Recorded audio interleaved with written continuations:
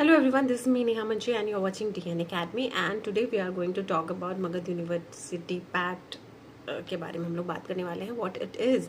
सो Magadh university ने PhD admission test जो कि नए सेशन के लिए इसके लिए एप्लीकेशन फॉर्म आउट किया है। सो व्हाट इट इज़ कि PhD admission test obviously if you are going to pass it you can get admission in PhD course. ठीक है, तो इसमें क्या है कि अगर आपको जैसे आपने अगर पीजी कर लिया है और आपको पीएचडी करना है तो आप क्या करेंगे, पीएचडी पैट अप्लाई करेंगे और उसके बाद अगर आप क्वालिफाई कर लेते हैं तो एडमिशन हो जाएगा। फिर आपका कॉलेज अलॉट होगा जहाँ पे आपको रिसर्च करना होगा। लाइक जूलॉजी के स्टूडेंट को तो रिसर्च करना ही होगा, मतलब कुछ ना कुछ एक्सपेरिमेंटल या फिर लैब विजिट और लैब में कुछ करना होगा, तो इसलिए फिर आपको वो असाइन होता है, फिर आपका पीएचडी स्टार्ट हो जाता होना।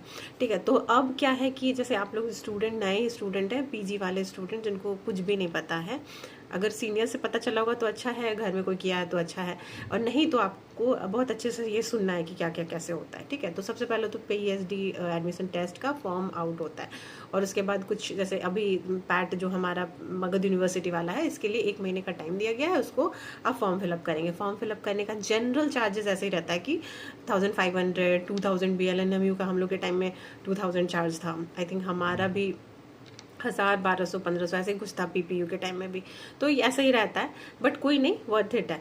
तो ये आपको अप्लाई करना होता है और सिमिलरली जो जो कैटेगरी में बिलोंग करते हैं तो उनका भी रिस्पेक्टिव ऐसे ही 1000 है तो सॉरी 1000 1500 है तो हाँ 1500 है तो वो 1000 हो जाएगा, ऐसे कुछ कुछ होगा, जो कैटेगरी का है वो आपको देना रहता है। फिर वो आप दे देते हैं। उसके बाद होता है कि एग्जामिनेशन होगा। एग्जामिनेशन जब आप देने जाएंगे तो आपको 2 पेपर देना होता है। पेपर 1 जो होगा वो आपको लॉजिकल रीजनिंग, तो कंप्यूटर बेस्ड, तो environment based, research methodology based, teaching aptitude based, ऐसे क्वेश्चंस आते हैं पेपर 1 में। पेपर 2 जो है वो आपका सब्जेक्टिव है। सब्जेक्टिव मतलब कि आप जूलॉजी पढ़ के आए हैं, बॉटनी वाले बॉटनी पढ़ के आएंगे, पॉल साइंस वाले पॉल साइंस पढ़ के आएंगे, हिस्ट्री वाले हिस्ट्री पढ़ के आएंगे, तो वो उनका सब्जेक्टिव पेपर रहेगा और वो सब्जेक्ट टेस्ट होगा। उसमें सब्जेक्ट का जो नॉलेज है वो आपका चेक होगा। When you are getting through this stage, जब आप लोग इस दोनों पेपर में क्वालिफाई हो जाते हैं और मिनिमम जो कट ऑफ है उस पर्टिकुलर सेशन का, उसको कट ऑफ क्लियर कर लेते हैं, तो आप लोगों को इंटरव्यू के लिए बुलाया जाता है। इंटरव्यू में ऐसे इंस्ट्रक्शन आ ही जाता है। हमारे टाइम में ऐसा हुआ था कि एक सिनॉप्सिस डिज़ाइन करके लेके जाना था कि क्या सोच रहे हैं, मतलब फ्यूचरिस्टिक आपका जो आइडिया है, आप क्या रिसर्च करना चाहते हैं, ऐसा कुछ dot points, bullet points, 5-6 page का कुछ ऐसे प्रोजेक्ट बना के लेके जाना होता है।